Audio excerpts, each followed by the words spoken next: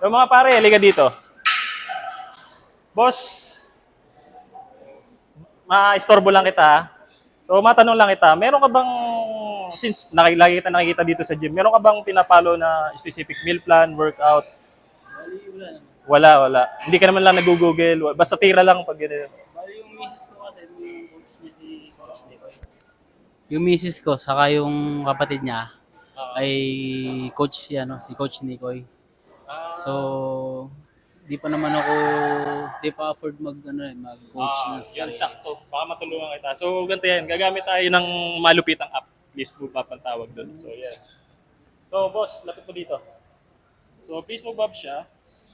Okay. Ano, Lagay parang lang. guide, gano'n. Oo, parang guide. So, ganito.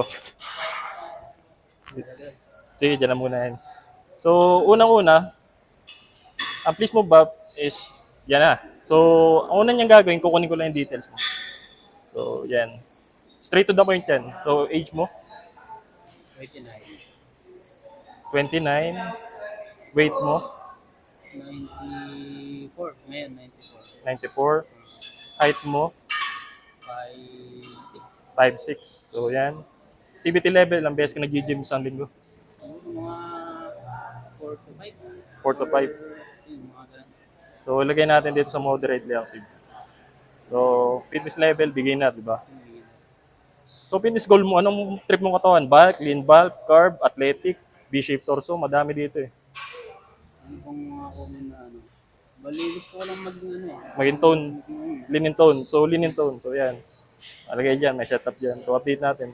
So, yun na. May workout ka na, may meal plan ka pa. Puntahan mo natin yung meal plan. Okay. So, meal plan mo, calorie intake mo, siya na nag-compute 2,900 calories per day. Meron ka naman dito Sunday na meal plan. Okay. Susundin mo na lang siya. Almusal hanggang hapunan. So, Wednesday ngayon. Check natin yung meal plan mo ng Wednesday. So, yan. Pancakes with syrup fruits. Filipino food. Pork barbecue with rice. Saka nakita meal plan na pork barbecue with rice, di ba? Nakalagay na yung ingredients, nakalagay na yung instruction na kakainin mo. Check mo na lang kung gaano karami. So, pagka hindi ka marunong magluto, may preparation instruction video. So, yan. So, pag ayaw mo niyan, ayaw mo niyang almusal na, pwedeng paltan. Smoothie with banana, ayaw mo rin yan. Yan, pwedeng paltan. So, yung workout mo, meron ka rin workout dito naka-design based sa goal mo. Saka sa fitness level mo. So, yan, siya na nag-split ng workout mo, Monday to Sunday, including rest day. Nakalagay na. Wala ka nang isipin pa. So, halimbawa, Wednesday ngayon, start natin. Ay, rest day mo pala. So, halimbawa bukas. Yan, core and cardio. Crunches, 3 sets of 20. Pag hindi ka marunong mag-crunches, may video siya. Susundin mo lang yung instruction. So, yan. Siya na yung maghahanap sa'yo. Pag ayaw mo ng crunches, halimbawa, punuan yung mga machine, pwede mong palitan. Alternative exercise. Yan, plank. 3 sets of 30 seconds. So, siya na yung nagde-decide ng weight, gano'ng karami yung repetition para sa'yo.